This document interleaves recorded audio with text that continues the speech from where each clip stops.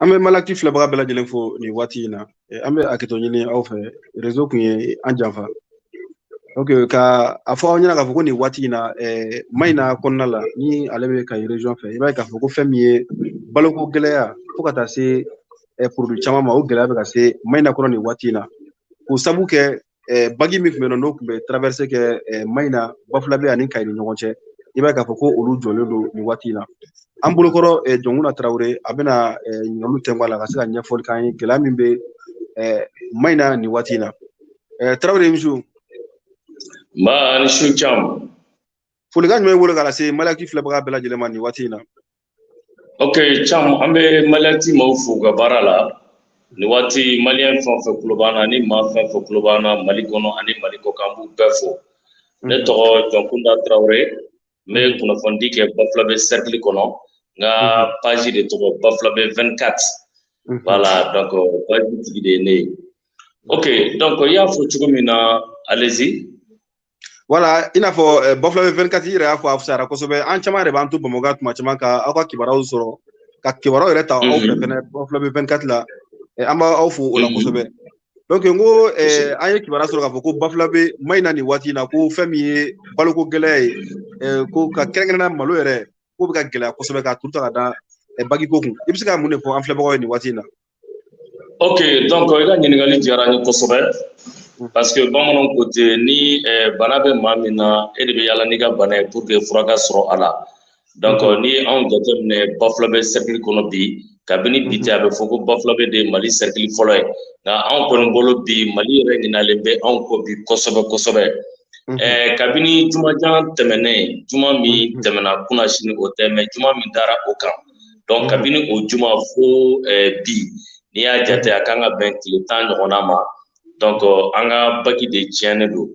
bagi ale ye bolifɛn min ni a bɛ an latigɛ ka bɔ ba kɔfɛ ka na ba fan dɔ fɛ parce que n'i ye Bafulabe ta k'a lajɛ tigɛyɔrɔ 3 de bɛ a la maa minnu bɛ bɔ Kayi fɛ olu bɛ tigɛ danga min na an ko ma ko Tintila maa minnu bɛ bɔ Bamako fɛ n'u bɛ fɛ ka don Bafulabe olu bɛ tigɛyɔrɔ min fɛ an ko ma Bakɔrɔto maa min bɛ bɔ Mayina ni Bafulabe n'i bɛ fɛ ka taa Kayi walima Bamako e bɛ tigɛ Bafulabe danga na donc o ye danga 3nan ye maintenant bagi 2 de bɛ Bafulabe cercle bolo a bagi kelen o kelen moteur 2 de bɛ a bɛɛ la mais an y'a ye k'a fɔ bagi kelen jɔ ani sisan cɛ o bɛ taa san 2 ɲɔgɔnna la o moteur 2 bɛɛ lajɛlen tiɲɛnen don wa bagi min n'o fana filɛ ka jɔ n'a bɛ tile 10 bɔ bi o moteur kelen fana tiɲɛ ani bi cɛ o fana bɛ san 1 bɔ donc kabini kalo 8 ɲɔgɔn bagi b'a la ka boli ni moteur kelen pe de ye an dun b'a dɔn k'a fɔ Bafulabe sira trafic fanga ka bon sisan ka sababu kɛ usine minnu bɛ an fɛ n'o ye karo dilan usine ani ciment dilan usine ani lasu dilan usine ani commerçant minnu fana ka minɛnw bɛ bɔ Bamako ka don an fɛ yan n'o ye malo ni sukaro ni tulu ani fɛn misɛnmaninw i n'a fɔ jabaw ni a ɲɔgɔnnaw donc kabini bagi tiɲɛ ani bi cɛ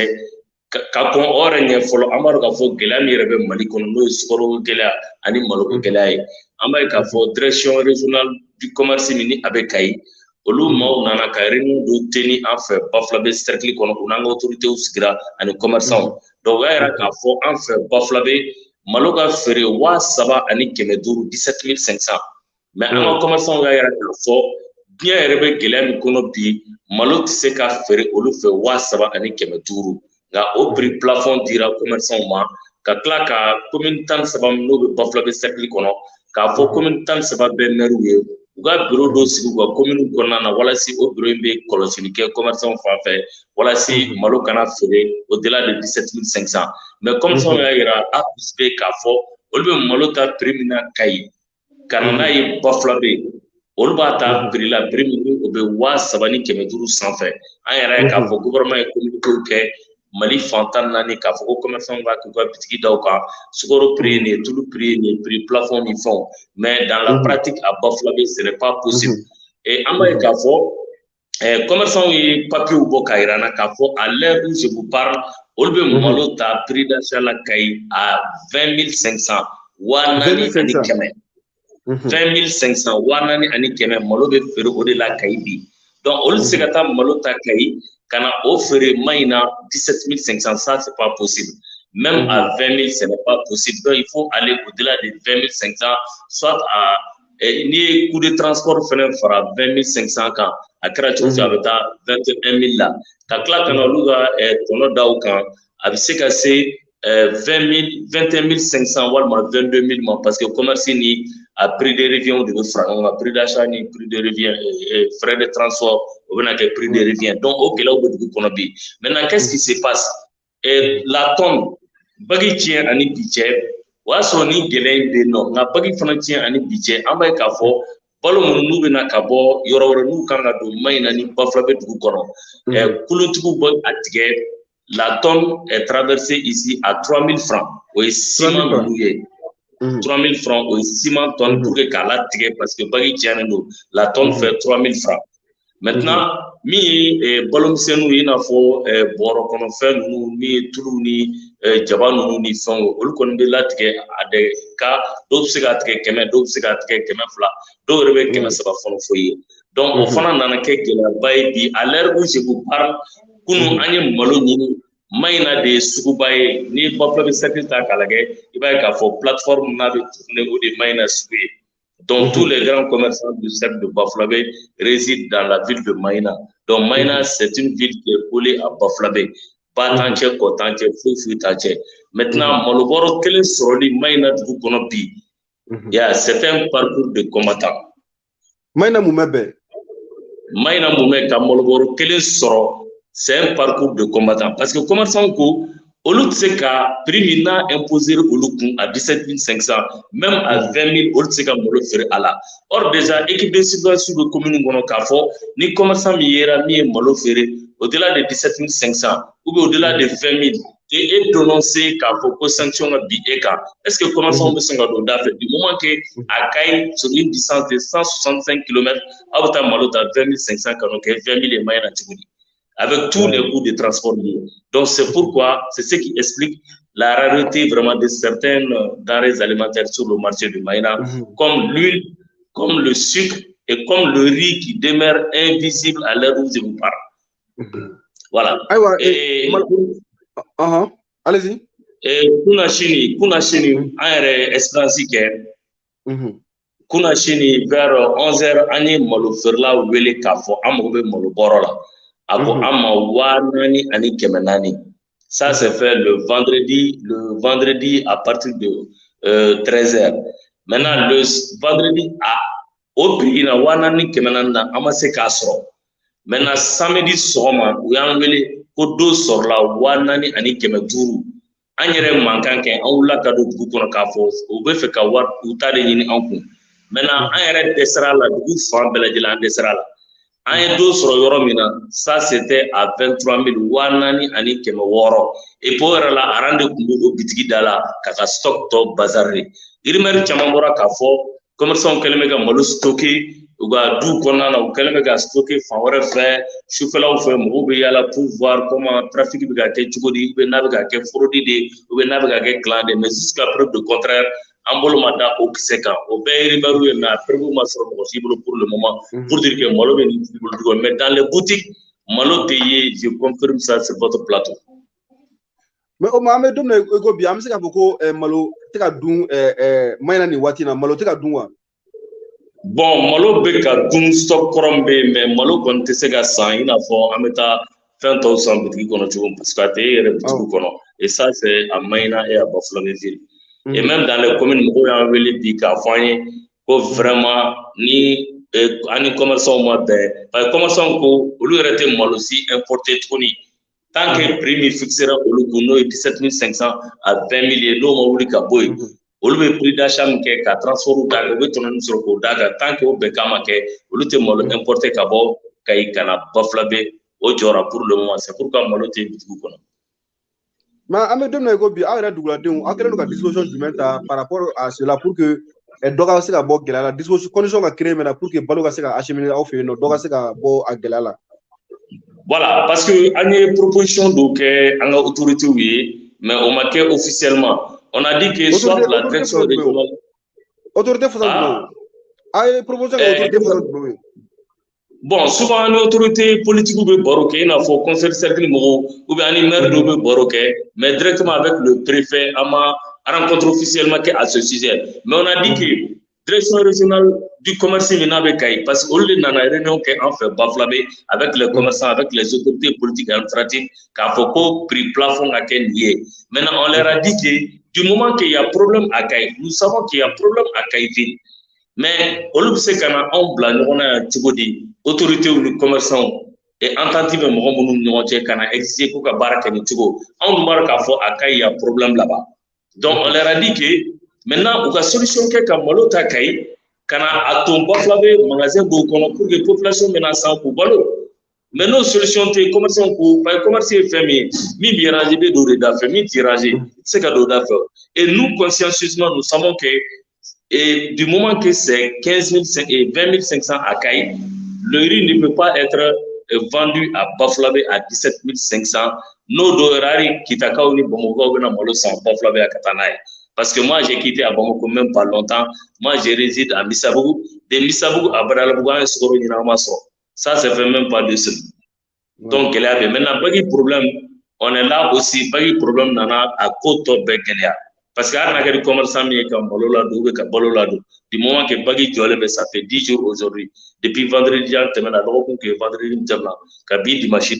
donc ce problème-là aussi est venu s'ajouter qu'à Fan Bekelia. Donc aujourd'hui, ça ne va pas dans le cercle en mot confirmé. Mais Bagui Djolebe, ka moteur ko sababula ka ni tambeke, o ma a moteur de sur lié problème ou bien a famille la blocage est. Bon, dans l'ensemble, moi, j'ai mis fort pour mauvaise gestion de Bagui Kola. Maintenant, mauvaise gestion du moins, après que Warko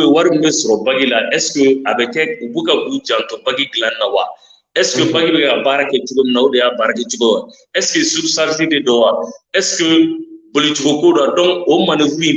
c'est pourquoi on parle d'une mauvaise gestion. Parce que une administration, c'est quoi? Ou bien une gestion saine, c'est quoi? Il faut souvent anticiper les problèmes. Du moment que Bagui, officiellement, le bac doit fonctionner avec 2 moteurs. Mais depuis plus d'une année, le bac circule avec un seul moteur.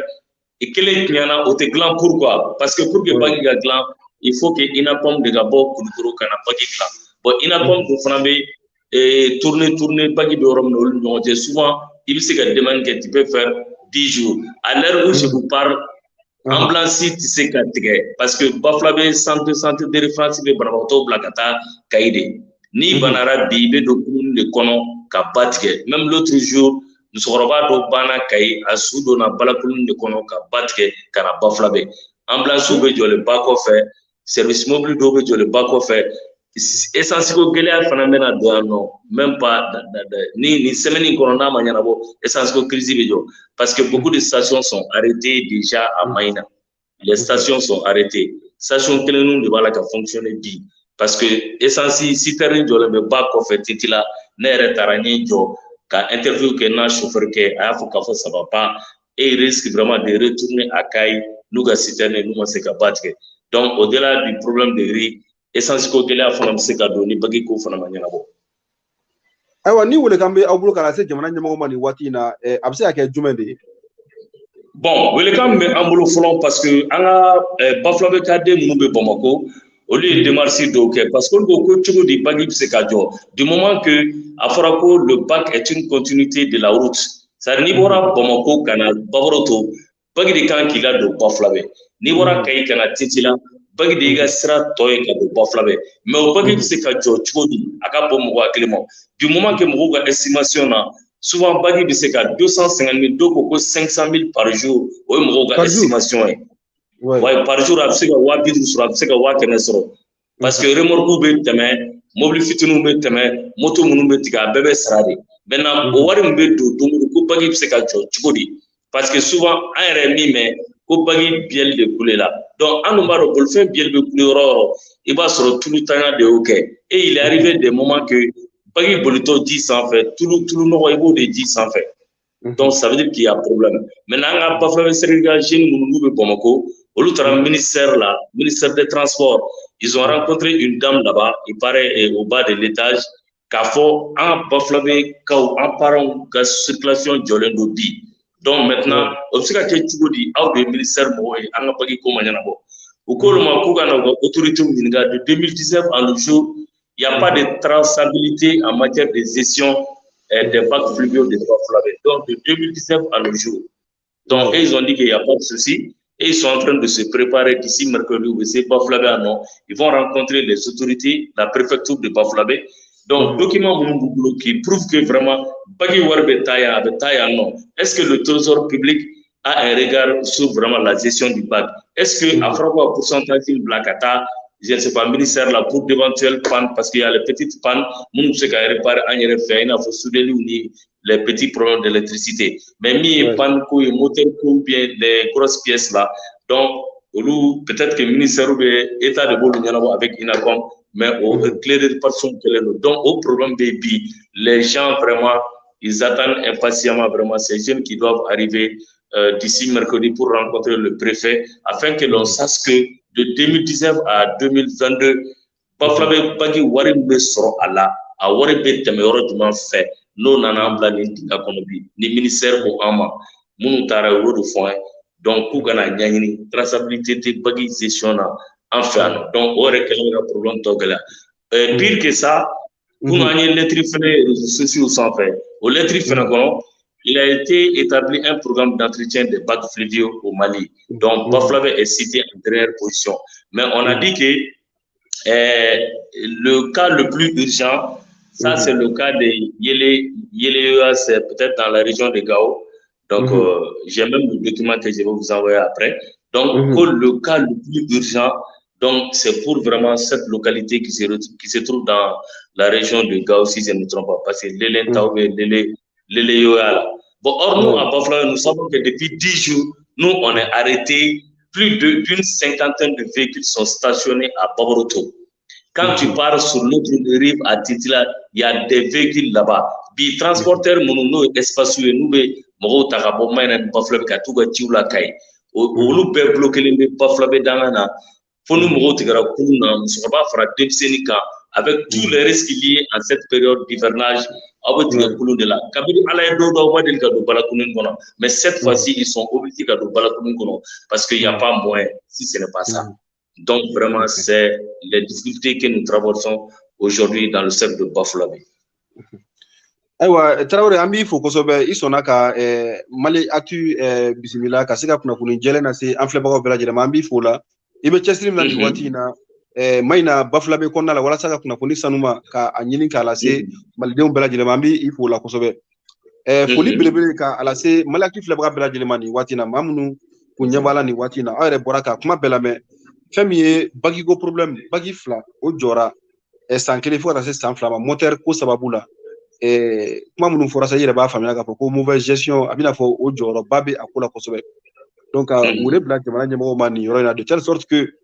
ɲɛmɔgɔ ka se k'u ka responsabilité ta parce que mɔgɔ min bɛ Bafoulabé ni Kayi cɛla dɔn bagi jɔyɔrɔ min bɛ a la adamadenw ka taa ni ka segin na balow ka don ka bɔ la min maa min b'a nafa dɔn i b'a dɔn k'a fɔ ko i tɛ kulonkɛ a la parce que fɛn caman bɛ yen nɔ déjà bagi ka jɔli kɛra sababu ye k'olu da gɛlɛya k'olu tunu déjà o ye da la dumuni ye mais n'a continué nin cogo la ko taji fɛnɛ tajiko gɛlɛya fɛnɛ bɛna bin Bafoulabé kɔnɔna la tajiko gɛlɛya kɔfɛ i b'a ye k'a fɔ ko ni approvisionnement tɛ kɛ hali furako gɛlɛya o bɛna kɛ sababu ye ka bin Maïna kɔnɔna la Bafoulabé kɔnɔna la dɔgɔtɔrɔsow ni pharmacies tɛna fura sɔrɔ k'a kɛ banabagatɔw la ni dugu ninnu kɔnɔna la donc an bɛ ka an kunda min kan a bɛ se k'a fɔ ko nin ye crise humanitaire yɛrɛ de ye min bɛ ka i kunda Bafoulabé ni Maïna mara kɔnɔna la donc jamana ɲɛmɔgɔw ka a lajɛ fɛɛrɛ fɛn bɛ se ka tigɛ nin waati in na ka se ka o fɛɛrɛ k'o bila sen kan tɛrɛnko an ye k'a fɔ ko caman kɛr'o la an bɛ dugawu kɛ halisa Ala ka o kuncɛcogo ɲuman di an ma o ka se ka wuli joona pour que ka se ka dɔ ta ka bɔ population ka degun na k'a ta Bamako fo ka taa a bila Kayila aw ni ce aw ka kulomajɔ la aw k'an bɛn a ɲɔgɔnna wɛrɛ ma